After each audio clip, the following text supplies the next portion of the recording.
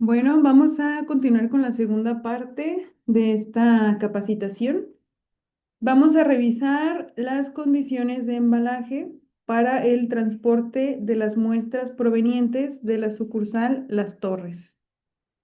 Cada que la sucursal Las Torres envíe muestras a la sucursal matriz, que somos nosotros en centro, deben de enviar las muestras dentro de unas bolsas de plástico que se llaman bolsas canguro. La particularidad de estas bolsas es que tienen dos compartimentos.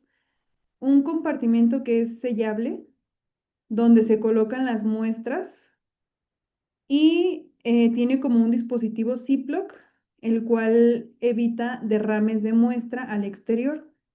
Esta misma bolsa canguro tiene un compartimento externo donde se coloca la solicitud de estudios que acompaña a cada una de las muestras. Las bolsas canguro que contienen las muestras deben de ser colocadas sobre un material absorbente.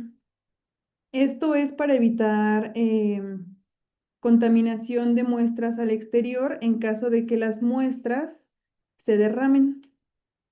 Tanto la bolsa canguro con muestras como el material absorbente deben de estar contenidos en una hielera plástica de material rígido.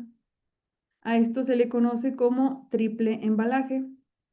Y esta nueva versión de la norma pide que cumplamos con esas condiciones de transporte de muestras. Importante señalar también que dentro de la hielera se colocan refrigerantes, se colocan de 2 a 3 refrigerantes y se transportan en una hielera muestras de sangre y en otra hielera distinta muestras de orina y heces, de igual manera para no tener contaminación cruzada. Bueno, pasamos al punto 7.5, que es trabajo no conforme.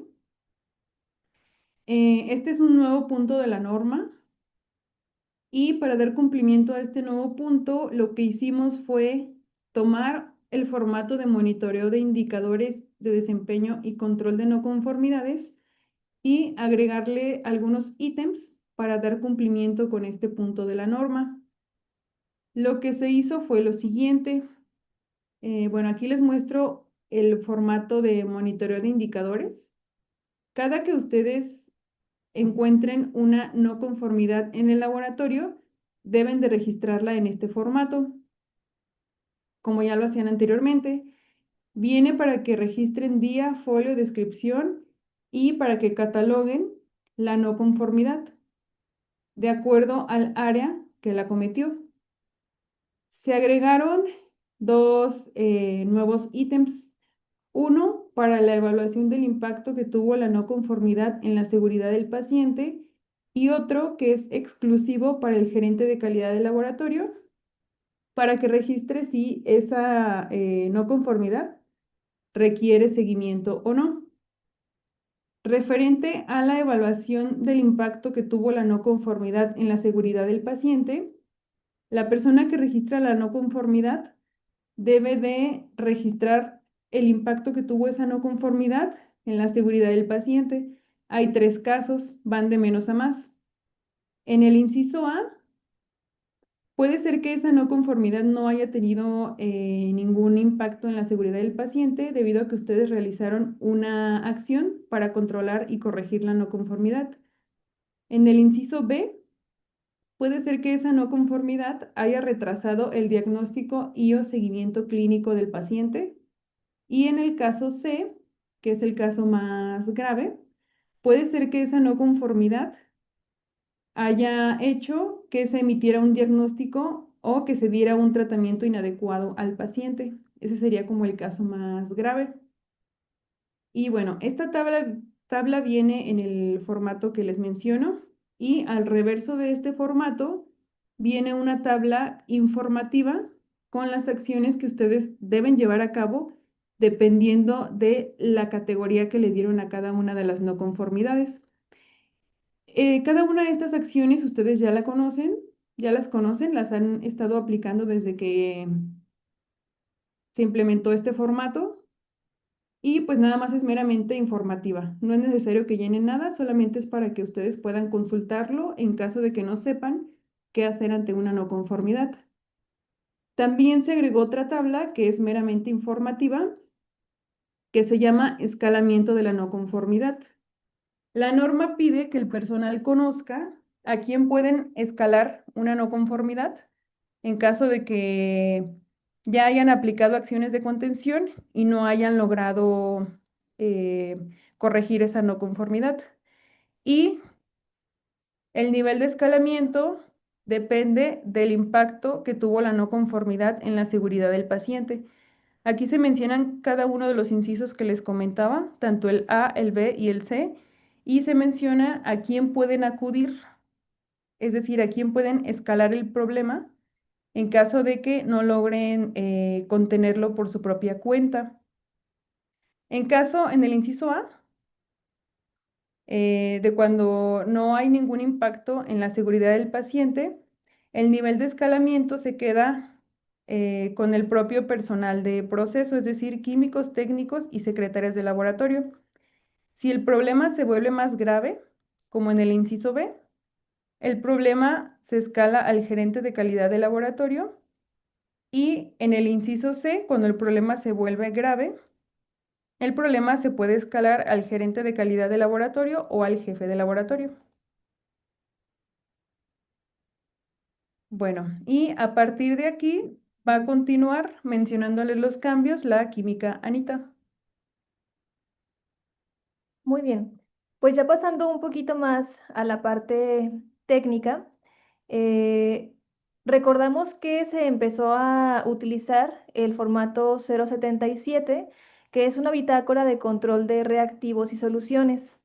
Esta bitácora de reactivos y soluciones nos sirve para ir registrando cuando se comienza a utilizar ya sea reactivos, soluciones, consumibles que puedan llegar a afectar la calidad en el, mm, en el rendimiento de una prueba en específico.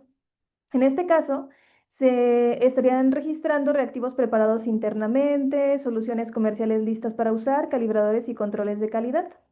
Pero ¿por qué es importante este formato? Bueno, pues este formato nos asegura la trazabilidad de cada insumo, permite verificar la vigencia y estabilidad de los reactivos y ayuda a identificar posibles fallos al iniciar el uso de un insumo. En la parte que vemos en la tablita, vamos a revisar, se pone la referencia del reactivo, el nombre, el lote de este reactivo o consumible, la fecha de caducidad, la fecha de puesta en uso o en su defecto de preparación, en el caso de calibradores, reactivos que se tienen que preparar, y la persona que llevó a cabo esta actividad.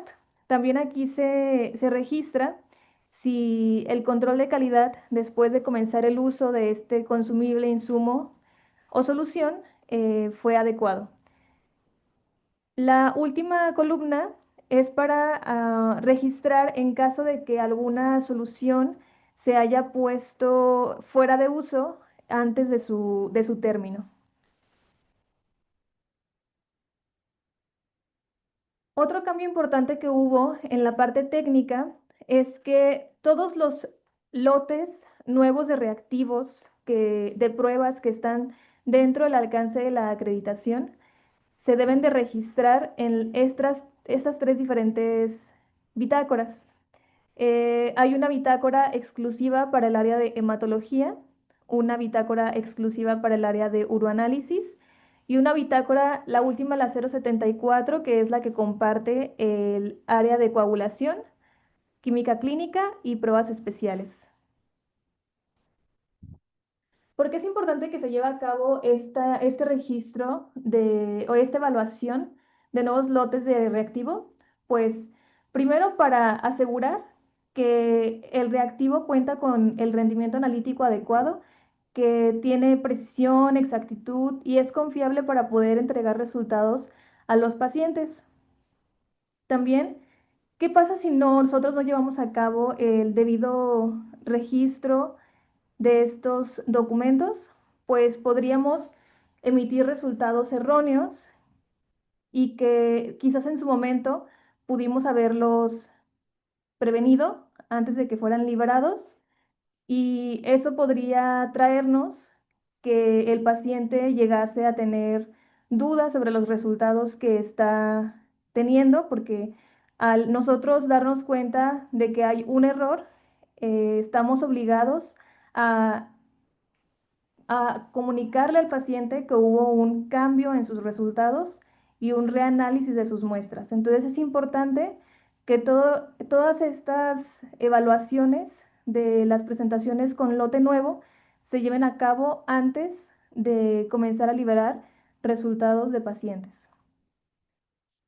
Por lo tanto, ningún reactivo dentro del alcance debe ser liberado sin evaluación y que se haya confirmado su desempeño, lo cual es aplicable a todos los turnos de laboratorio. En la parte de incertidumbre de medición, este formato ya existía previamente en la versión anterior. Sin embargo, en esta nueva versión nos pide que contemplemos la manera de cálculo de la incertidumbre según la ISO TS 20914, que es una guía práctica para la estimación de la incertidumbre de medición. Estos cálculos son llevados a cabo mediante el formato 067, y este formato se actualizó para poder dar cumplimiento a lo que menciona esta norma. La gerencia técnica es quien obtiene y supervisa que las especificaciones de calidad sean adecuadas mediante el cálculo de la misma, y esta es calculada semestralmente. Ustedes podrán identificar este formato ya lleno en las carpetas que justamente se llaman metas y verificación de los métodos analíticos que se encuentran en las áreas de hematología, química clínica y pruebas especiales. Porque esta incertidumbre de método aplica exclusivamente para las pruebas que son cuantitativas. Y pues es importante que esté disponible para todos y todos sepan dónde se ubican, porque estamos en el entendido de que cualquier usuario, entendiendo como usuario, médicos, pacientes, etcétera, pueden llegar a nosotros a requerirnos que les compartamos información sobre la verificación del método, sobre alguna prueba que nosotros estamos entregando un resultado. Entonces es importante que nosotros identifiquemos dónde podemos encontrar esta información. Para ello, cuando algún usuario llegue a requerir información sobre el rendimiento analítico de alguna prueba en específica, nosotros tenemos un formato que es el formato LabFor 051, el cual es para poder informar el concentrado de la verificación de la validación del método.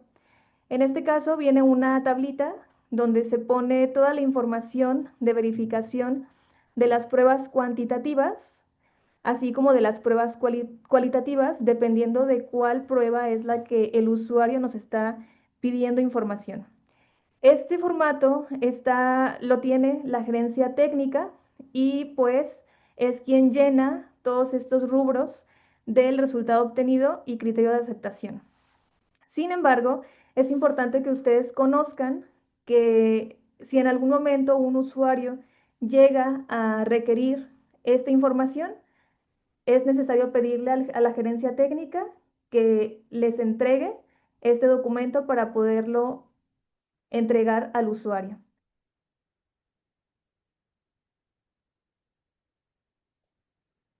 Nosotros, bajo esta nueva versión de la ISO 15189, nos pide que tengamos una revisión periódica de los intervalos de referencia que se encuentran actualmente, y hacer una revisión para determinar si estos valores de referencia biológicos siguen siendo adecuados para la población que nosotros estamos atendiendo.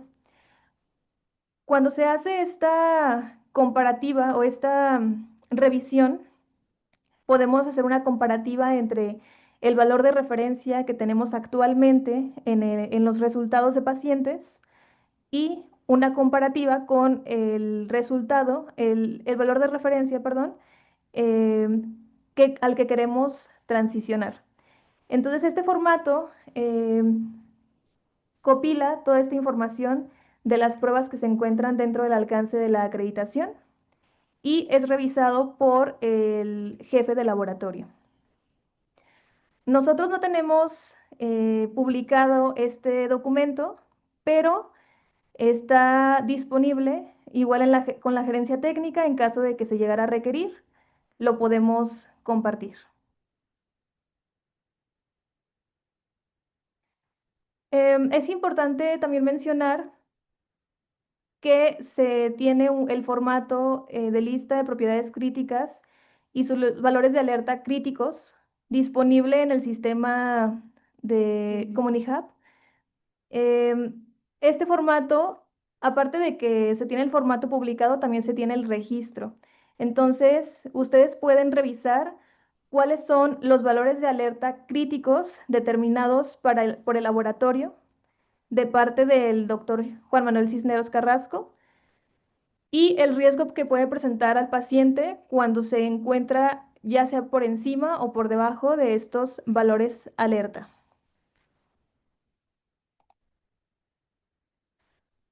Nosotros conocemos esta ventanita que estamos viendo en pantalla.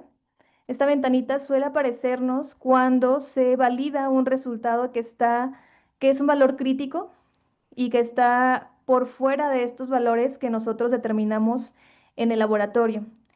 Esta ventanita es importante que se llene cuando aparece al validar un resultado que presenta una alerta. Si, por ejemplo, el paciente llega a ser un paciente que ya es crónico, que ya tiene un historial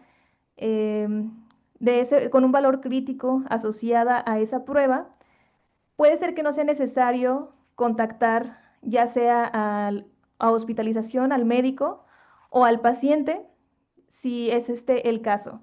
Sin embargo, cuando se presenta un valor crítico del cual no tenemos valor históricos o que la solicitud venga a lo mejor sin un diagnóstico, que nosotros desconozcamos si el paciente ya conoce esta condición clínica, es importante que nos comuniquemos al usuario para dar a conocer esta información.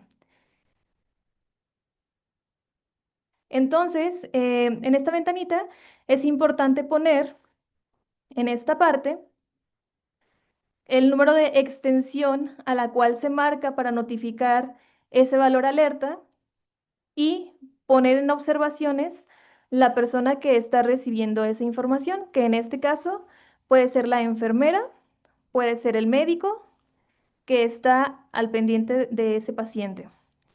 En el caso de que no sea necesario comunicarle al usuario un valor alerta porque ya se tiene el histórico o porque tiene un diagnóstico en la solicitud que es acorde al resultado que se está obteniendo, es necesario que pongamos en esta parte que no es necesario comunicar al médico y la razón del por qué no se va a llevar a cabo.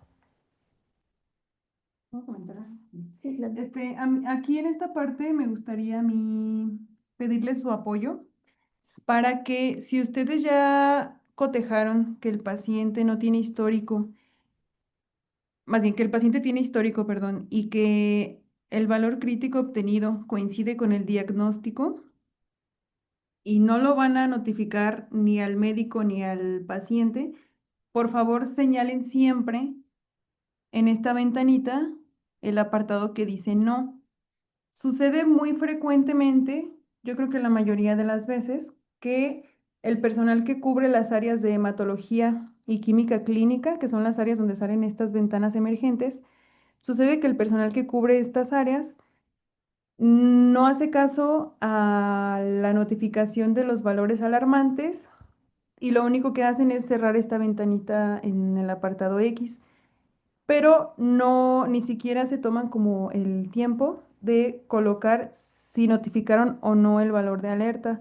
Si ustedes lo dejan así tal cual, con el cursor seleccionado en el apartado sí, lo que sucede es que cuando haya una auditoría y mostremos esta evidencia de notificación ante la entidad mexicana de acreditación, va a suceder que el tiempo de respuesta se va a alargar muchísimo y pues realmente un tiempo de 2 días, 4 horas y 4 minutos realmente no es un tiempo efectivo de notificación de un valor alarmante y pudiera haber una no conformidad debido a ello. Además de que si ustedes dejan seleccionado que sí notificaron ese valor de alerta, la entidad acreditadora nos va a solicitar evidencia de esa notificación y en muchos de los casos no la va a haber porque ni siquiera se notificó realmente. Entonces, sí les pedimos por favor mucho su apoyo para que hagan el proceso correcto con la notificación de valores alarmantes.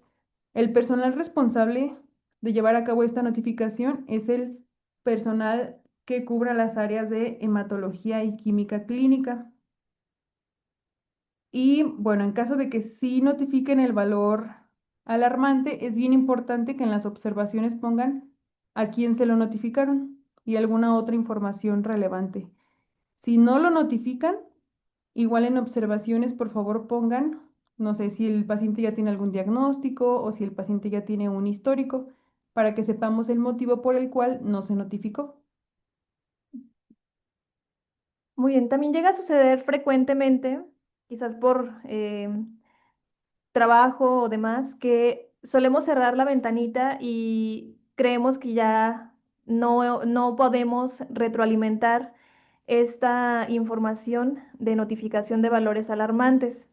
Sin embargo, en el Infolab nosotros podemos ingresar a la parte de operación, que es la columna que está a un costado del lado izquierdo, y una vez que se despliega este botón, aparece este menú donde viene el botón de valores alarmantes. Cuando nosotros le damos clic, se abre una ventana donde nos permite filtrar por fecha todos aquellos resultados y folios que tuvieron un valor alarmante. Y una vez que filtramos, podemos seleccionar el folio que quizás estamos buscando para retroalimentar esa información y poder tener ante una auditoría siempre evidencia de si se llevó a cabo o no la notificación.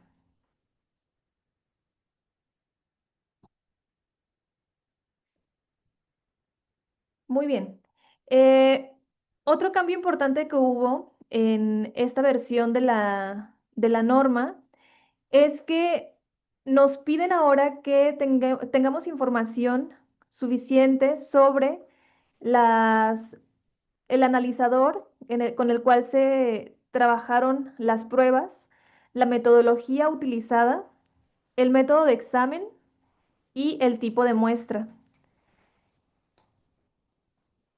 Todo eso se hace para ayudar a estandarizar la identificación de pruebas y observaciones y mediciones clínicas, con la finalidad de que médicos, hospitales y laboratorios interpreten de una manera uniforme los resultados. También es importante mencionar que en el informe de resultados se modificó este apartado que viene en la parte inferior del mismo, donde ahora se menciona qué significa la señalética que suele aparecer en los informes de resultados. Cuando hay una señalética de una flechita hacia arriba, significa que se está reportando un valor alto. Sin embargo, cuando se reportan dos flechas hacia arriba, significa que estamos reportando un valor críticamente alto. En el caso de la flecha hacia abajo, que es un valor que se reporta por debajo del valor de referencia, y en el caso de las dos flechas hacia abajo, que se está reportando un valor críticamente bajo. También se actualiza esta parte del texto que viene en la parte inferior del informe, donde ahora menciona lo siguiente. Este reporte no constituye un diagnóstico médico y es importante que se consulte a su médico. Algunos resultados están expresados en unidades convencionales, podrían diferir de las utilizadas en el Sistema Internacional de Unidades y se recomienda verificar la unidad de medida antes de comparar bibliografía para evitar errores de interpretación. Si usted requiere que los resultados sean expresados en unidades internacionales o desea conocer el método de análisis correspondiente de un estudio no detallado en este informe, por favor solicitarlo directamente al laboratorio. El laboratorio tiene a su disposición la verificación de la validación del método en caso de que se desee consultarlo. Y por último, se menciona que las pruebas acreditadas que están dentro del alcance de la acreditación están identificadas con el símbolo de una palomita. Otra parte importante que se modificó y que requiere la nueva ISO 15189 es que nosotros especifiquemos la estabilidad de las muestras que tenemos en resguardo. Actualmente nosotros tenemos el procedimiento LabPro 039 que habla de la preservación de muestras y reactivos e insumos. En este formato, en este procedimiento, perdón, viene una tabla donde se menciona cuál es el tiempo de retención de las muestras según el área en el que se encuentran. Es común que durante este tiempo de resguardo, los médicos, sobre todo de hospitalización, lleguen a requerir que se añadan pruebas a estas muestras durante este tiempo que nosotros las tenemos en retención. Por ello, nosotros añadimos a este procedimiento 39 esta tablita donde se hace mención exclusivamente de los analitos que tienen un tiempo de estabilidad menor al tiempo de retención. Es decir, todos aquellos analitos que no se mencionan en esta tabla es porque su estabilidad es mayor al tiempo que nosotros los tenemos resguardadas. En este caso, se añade en esta tabla dos tiempos para poder añadir estudios. Uno, dependiendo si la muestra se encuentra en resguardo en temperatura ambiente o si la muestra se encuentra en resguardo en refrigeración. De igual manera, esta tablita la podrán consultar posteriormente en el Comunihub en este procedimiento 39.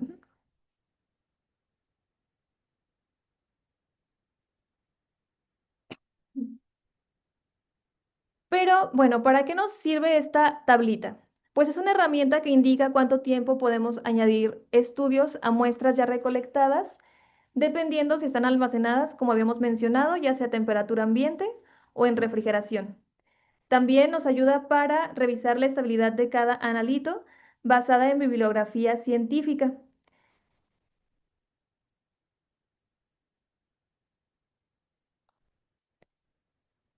Pero ¿cómo se utiliza esta tablita? Bueno, pues cuando nosotros nos llega una solicitud de agregados, de muestras, de estudios agregados a muestras previamente ya resguardadas en el laboratorio, tenemos que identificar cuáles son aquellas pruebas que el médico desea que añadamos al paciente. Es importante revisar en la tabla el tiempo máximo de estabilidad según la temperatura de conservación, verificar la fecha y hora de recolección de la muestra original y si el tiempo transcurrido supera la estabilidad indicada, no se puede añadir la prueba. Si aún está dentro de estabilidad, la prueba puede añadirse. Y pues estaríamos finalizando con los cambios más importantes que se realizaron ante esta nueva versión 15189-2022. Si llegaran a tener alguna duda respecto a la información que mostramos en esta presentación, por favor acercarse conmigo o con la química Anita. Muchísimas gracias.